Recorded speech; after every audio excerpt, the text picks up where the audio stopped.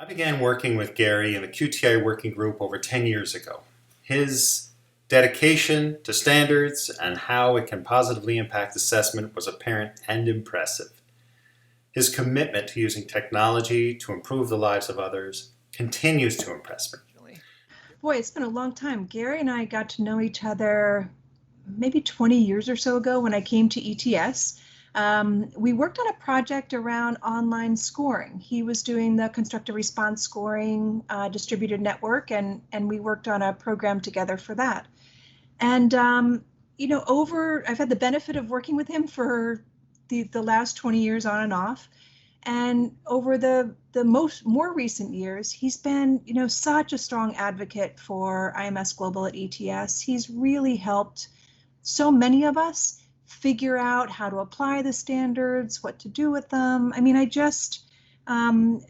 we've benefited so much from that perspective on interoperability and making sure that the data is most streamlined in getting from one vendor system or even within our own organization. So the first time I met Gary was about 15 years ago. He was leading the project to establish the item banking system that you and I are both very familiar with at ETS, and it's our mainstream standard system that we use nowadays, still in use 15 years after he was one of the leaders on that project. And then over the years, I got to work with him even more closely, especially in the context of interoperability. So about 5 or 6 or 7 years ago, he, like you said, he's always this super reliable advocate for approaching things in a standardized fashion, playing effectively with the rest of the industry, and he was spearheading this capability investment for the item banking system. And at that time, I had become the product owner for that system. And we implemented native authoring and banking and import and export for the APIP standard, and immediately applied that to a project that we had with a consortium, an assessment consortium. He wanted us to engage, not just adopt and advance the use of EdTech standards, but also engage in the use of those EdTech standards. Gary's a model of how to move a standard forward while meeting the needs of his organization and his customers. In fact, I was so impressed that I went to work for Gary. He is indeed a terrific leader. I looked up on the description of the award that he's receiving here, and let me read this. It said that one of the leadership attributes of the award's namesake was encouraging institutional executive leadership in technology strategy. So that defines Gary, right?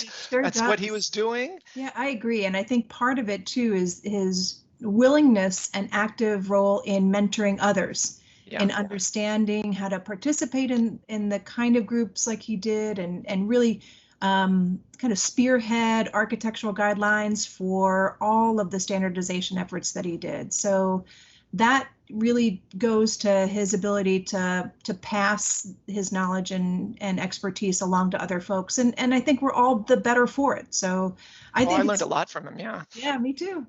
Every time. Yep. This award is well-deserved recognition of all your contributions to the IMS over these past decades. Congratulations, Gary. Yep. Congratulations to Gary. Yep. Many congratulations. It's a pleasure to be saluting you in this manner. Hi, Gary. Well, congratulations on winning the Bill Graves Award.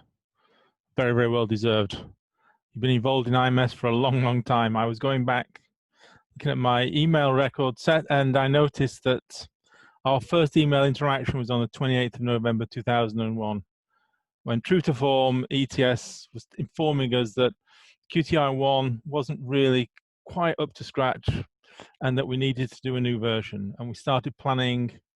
On the, looks like 11th of June, our next interactions came through with details about how we're going to undertake work on the QTI-2 specification. And did you think almost 20 years later, we'd be just getting QTI-3 out of the door? And even now, when you look at the QTI-3, it's still got those early remnants of the original work by Linda Steinberg, Russell Allmond, and Bob Mislevy from ETS on the 4-process framework. So that's a long duration. And really, I'd like to thank you for making sure ETS was always behind IMS and supporting the work and effort. It's been very important to us that you've been in the background there, working away within ETS, and then in the foreground, helping us work on the specification through the various versions of QTI, working through APIP, and if you remember the accessibility interoperability framework work that we undertook with Pearson and a few others, then onto our accessibility aspects with the personal needs and preferences, and then latterly in the last 2 to 3 years on QTI 3.0. So once again, thank you for all that. And it's just a shame we couldn't be doing this back in May when we could have sat down after this and had a nice steak and a few tastes of bourbon. But please take advantage of it from me. Thanks.